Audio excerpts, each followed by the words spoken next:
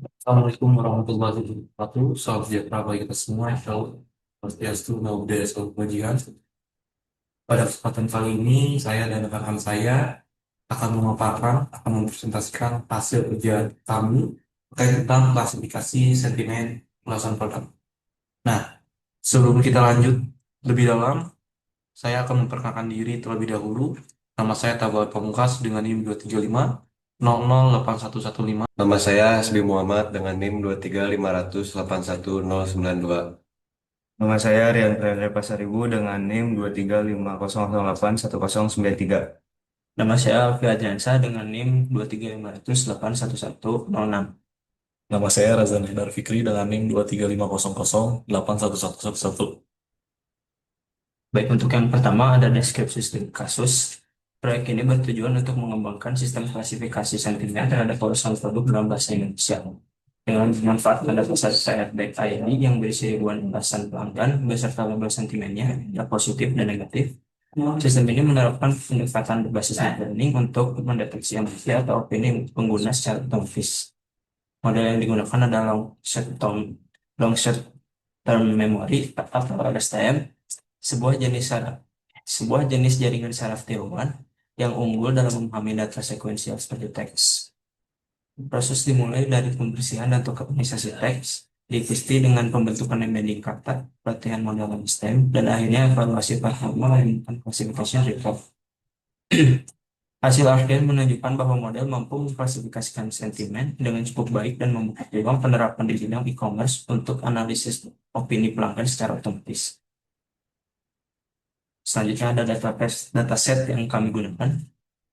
Dataset ini diambil dari halaman web Hugging Face. Jumlah dataset ini ada sekitar 5.400. Kami bagi dua menjadi sekitar 2.000-an. Dan hanya dipilih dua atribut atau dua kolom, yaitu customer review dan sentimen. Tahapan klasifikasi yang pertama ada install dan import library. Perintah install Koit Pandas skitlearn matplotlib digunakan untuk menginstal beberapa library Python yang dibutuhkan untuk menganalisis data dan pemrosesan teks. Itu untuk install matplotnya. Ada selanjutnya import library. Setelah instalasi dilakukan import berbagai library yang akan digunakan dalam program. Library seperti Pandas, NumPy, dan Matplotlib dan pyplot diimpor untuk keperluan manipulasi data, komputasi numerik, dan visualisasi. Kemudian library Torch atau PyTorch diimpor untuk membangun model deep learning, termasuk modul neural network, Optim, dan Utils data untuk menangani dataset depth.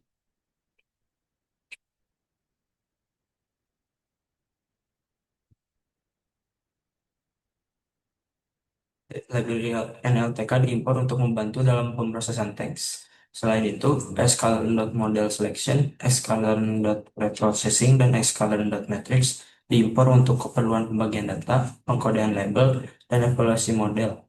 Terakhir, dari TensorFlow Keras, Tokenizer, dan EdSequence digunakan untuk memproses data teks menjadi bentuk numerik yang bisa digunakan oleh model deep learning.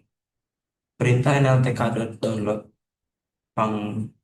dijalankan untuk mengunduh data tokenisasi dari NLTK yang dibutuhkan dalam proses pemisahan kata atau kalimat.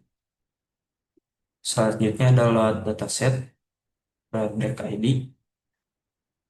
Ini merupakan tahapan awal dalam proses klasifikasi sentimen. Fokus utamanya adalah membaca dataset, menyederhanakan nama kolom, dan menyiapkan data yang siap digunakan untuk proses selanjutnya seperti pembersihan teks, tokenisasi, pelatihan model, dan evaluasi. Angka ini sangat penting untuk memastikan bahwa data tepat sebelum masuk ke dalam pipeline machine learning. Selanjutnya akan dijelaskan oleh rekan saya. Sekarang kita ada di tahap processing teks dan label. Nah, di dalam tahap ini, di dalam tahap processing teks dan label gitu ya, hal ini merupakan bagian dari proses pemrosesan data yang sangat tinggi dalam proyek ini sebenarnya. Jadi pembersihan data memastikan kualitas input yang baik, sedangkan encoding label mengubah data menjadi format numerik agar dapat digunakan oleh model. Semuanya ini adalah dasar yang kuat untuk memulai tahap pelatihan model verifikasi sentimen berdasarkan teks ulasan pelanggan. Nah, untuk selanjutnya, kita masuk ke dalam tokenisasi dan padding. Di dalam langkah ini merupakan bagian penting dari pra pemrosesan data teks sebelum dimasukkan ke dalam model deep learning. Tokenisasi dan padding memungkinkan data teks diproses dalam bentuk numerik dan seragam. Nah, pembagian data ke dalam data latih dan data uji bertujuan untuk mengukur performa model secara objektif. Setelah pelatihan dengan proses ini, kita memastikan bahwa model akan menerima input yang konsisten dan dapat dievaluasi secara adil. Dan selanjutnya akan dijelaskan lebih lanjut oleh rekan saya. Baik, selanjutnya ada dataset dan data loader atau PyTorch. Kode ini merupakan bagian penting dalam menyiapkan data agar kompatibel dengan model deep learning berbasis PyTorch. Dengan menggunakan dataset dan data loader, kita bisa mengatur data agar lebih efisien dan fleksibel saat proses pelatihan dan evaluasi. Pendekatan ini juga mendukung pengelolaan data dalam batch yang sangat penting untuk efisiensi komputasi dan stabilitas pengelatihan model klasifikasi sentimen. Nah, selanjutnya ada model LSTM. Model LSTM Classifier ini dirancang untuk melakukan klasifikasi sentimen berdasarkan data teks. Dengan menggunakan embedding dan LSTM, model mampu memahami konteks kalimat, bukan hanya kata per kata. Arsitektur ini sangat cocok untuk tugas NLP karena memperhitungkan urutan kata. Dan hasil akhirnya berupa prediksi kelas sentimen. Ini adalah inti dari sistem kecerdasan buatan yang mampu membaca ulasan pelanggan dan menilai sentimennya secara otomatis. Baik, selanjutnya saya akan membacakan training. Model ini dilatih selama 10 epoch menggunakan optimasi Adam dan fungsi cross entropy loss untuk klasifikasi sentimen tiga kelas ini. Selama pelatihan, akurasi dan loss dihitung pada data latih dan validasi guna memantau performa dan mencegah overfitting. Proses ini dipercepat dengan GPU supaya nanti hasilnya cepat. Terus hasil evaluasi tiap epoch membantu memastikan model memahami pola sentimen dari ulasan dengan baik. Selanjutnya adalah evaluasi akurasi. Kode pada program ini digunakan untuk mengevaluasi performa model pada data uji. Model ini dijalankan dalam model evaluasi atau mode eval dan dengan torch node untuk menonaktifkan proses backpropagation agar lebih efisien. Setiap batch dari data uji diprediksi, lalu hasil prediksi yaitu YPRED dan label sebenarnya yaitu Y2 dikumpulkan. Setelah semua data diproses, metrik evaluasi seperti precision, recall, dan F1 score dihitung menggunakan classification report dan scikit learn berdasarkan label dan nama kelas yang sesuai. Selanjutnya adalah pembuatan grafik. Jadi ini tuh buat memvisualisasikan performa model selama pelatihannya. Grafik pertama menampilkan akurasi pada data latih dan validasi di slide approach-nya. Sedangkan grafik kedua ini nunjukin nilai lossnya gitu. Terus visualisasi ini tuh buat melihat apakah model ini tuh belajar dengan baik atau tidak, serta buat ngedeteksi kayak apakah ada kesalahan seperti overfitting atau underfitting berdasarkan perbedaan antara akurasi dan loss pada data latih dan validasinya. Baik, selanjutnya akan dibacakan oleh rekan saya. Selanjutnya adalah fungsi prediksi manual. Fungsi prediksi sentimen digunakan untuk memprediksi sentimen dari suatu kalimat input. Pertama, kalimat akan diubah menjadi token angka menggunakan tokenizer yang sudah dilatih, lalu dipadatkan atau padding agar sesuai dengan panjang input model. Data ini kemudian diubah menjadi tensor PyTorch dan dikirim ke perangkat, baik CPU atau GPU. Model dijalankan dalam mode evaluasi atau mode eval, dan prediksi dilakukan tanpa menghitung gradien atau torch no grade untuk efisiensi. Hasil prediksi berupa indeks label dikonversi kembali ke bentuk teks, misalnya positif, netral, atau negatif, dengan menggunakan label encoder. Uji manual. Kode di atas digunakan untuk melakukan prediksi sentimen terhadap itu kalimat ulasan yang dimasukkan oleh pengguna. Kalimat ulasan diambil melalui input dari keyboard, lalu dikirim ke fungsi predik sentimen bersama dengan model yang telah dilakukan. Fungsi ini akan mengolah kalimat, memprosesnya melalui tokenizer dan model, kemudian menghasilkan prediksi sentimen. Hasil akhirnya ditampilkan dalam bentuk teks yang menunjukkan apakah ulasan tersebut bernada positif, netral, atau negatif. Kode ini memungkinkan interaksi langsung dengan model klasifikasi sentimen secara real time. Selanjutnya kesimpulan. Jadi dalam klasifikasi sentimen pada ulasan produk berhasil diterapkan menggunakan pendekatan deep learning dengan menggunakan arsitektur LSTM. Model ini mampu mengenali pola bahasa dalam ulasan dan mengklasifikasikannya ke dalam sentimen yang sesuai. Dengan dukungan processing data, tokenisasi, dan pelatihan model secara bertahap, sistem ini dapat membedakan antara ulasan positif, netral, dan negatif secara otomatis. Evaluasi menggunakan metrik akurasi dan laporan klasifikasi menunjukkan bahwa model memiliki performa yang cukup baik dan dapat diandalkan dalam memahami kecenderungan ini pelanggan. Hasil ini menunjukkan bahwa analisis sentimen berbasis teks dapat menjadi solusi yang efisien untuk mengolah data ulasan dalam jumlah besar, serta mendukung pengambilan keputusan bisnis secara lebih tepat sasaran. Selanjutnya kami akan mendemokan sistem yang kami buat. Baik, untuk kali ini kita akan mendemokan. Kami akan menampilkan kondisinya. Pertama ada install dan import library. Di sini tuh 4 pengimportan library yang dibutuhkan untuk tugas proyek ini. Seperti ada Panda untuk ini generate bilangan random. Ada misalnya ada matplotlib untuk membuat grafik-grafik. Lalu ada import classification report untuk membuat classification reportnya.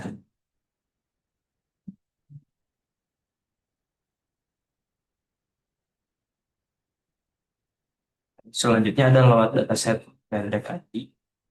Pada codingan ini digunakan untuk mengambil dataset yang kita sudah importkan ke Google Drive kita.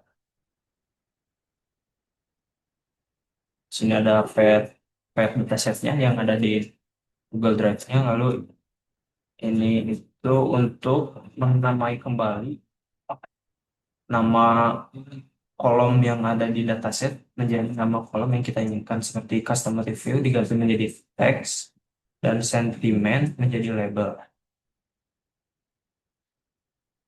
Bisa dilihat hasilnya di bawah ini. Kolom yang tadinya customer review menjadi text dan kolom sentiment menjadi label.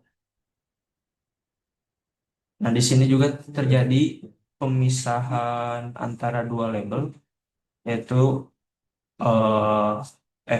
bukan pemisahan. Penentuan seberapa banyak yang negatif dan seberapa banyak yang positif customer review.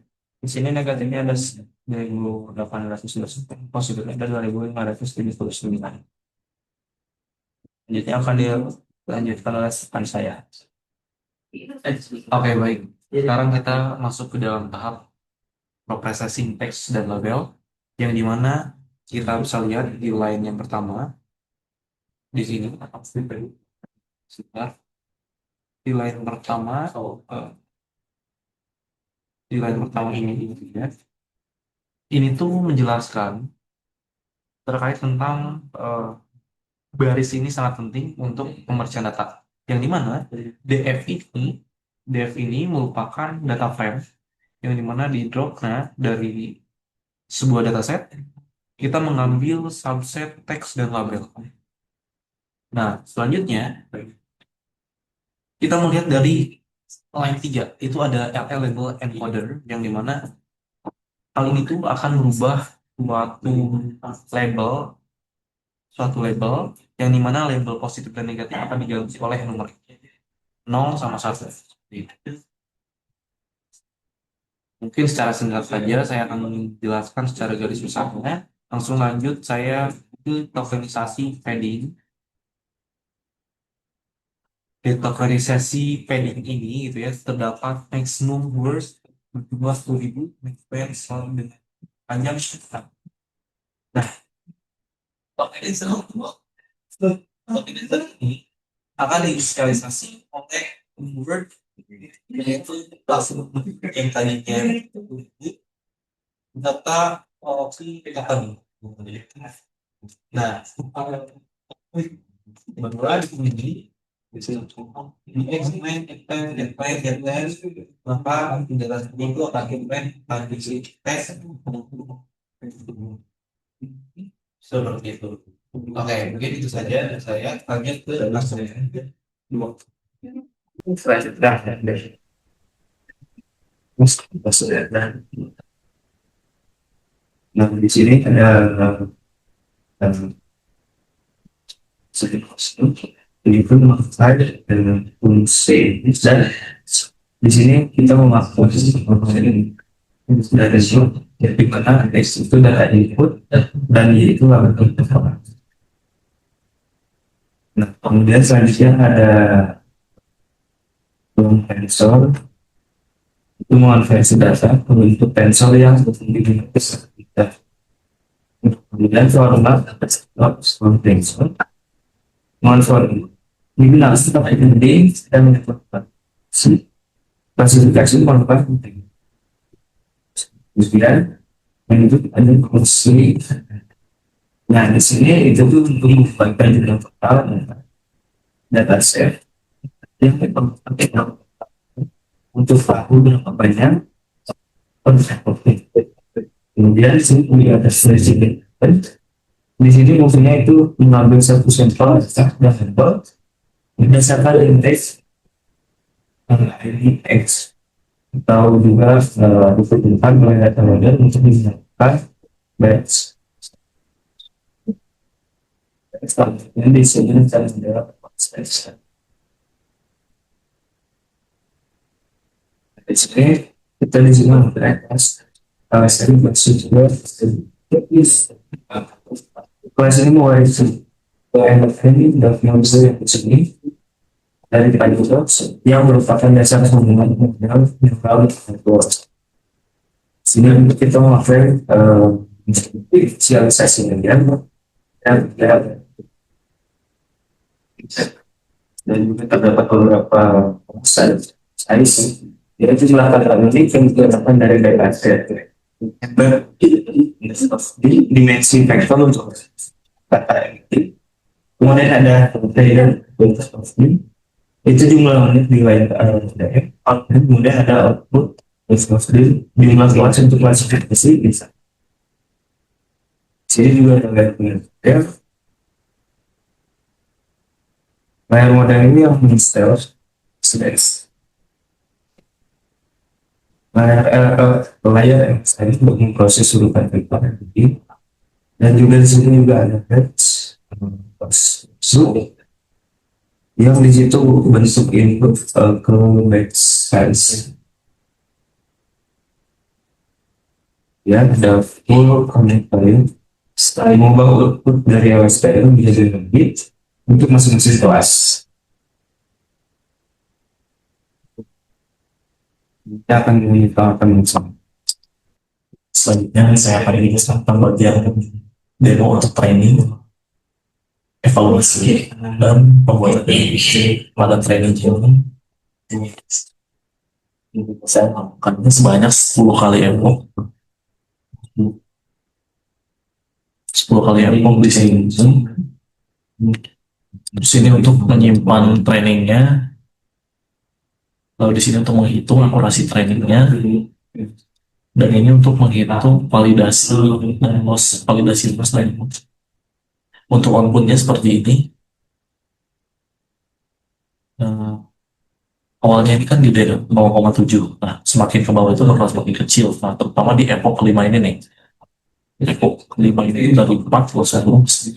Jadi turun drastis, semakin bawah makin kecil, semakin kecil itu semakin baik. Dan yang terakhir di pada epoch 10 berhasil mencapai 0,0280. Selanjutnya untuk evaluasi akurasi dari model LSTM.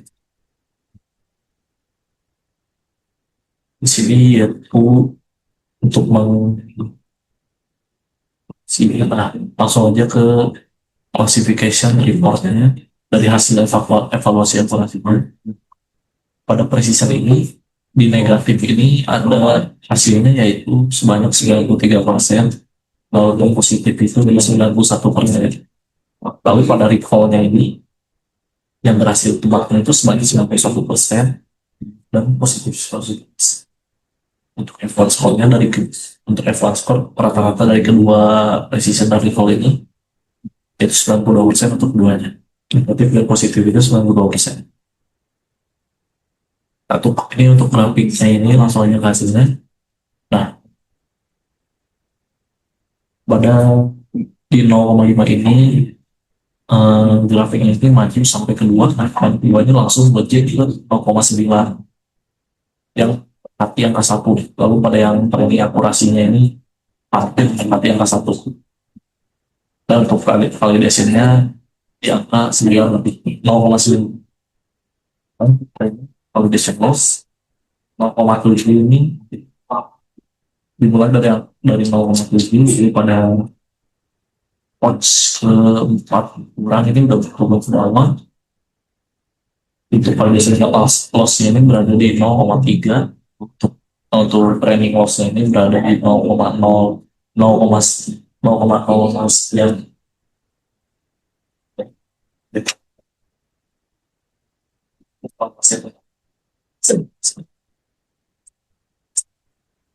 Selanjutnya adalah diferensi. Jadi kalau kecil info sini oh model model sini selanjutnya bukan ini kan kita mana kalau jam satu yang sini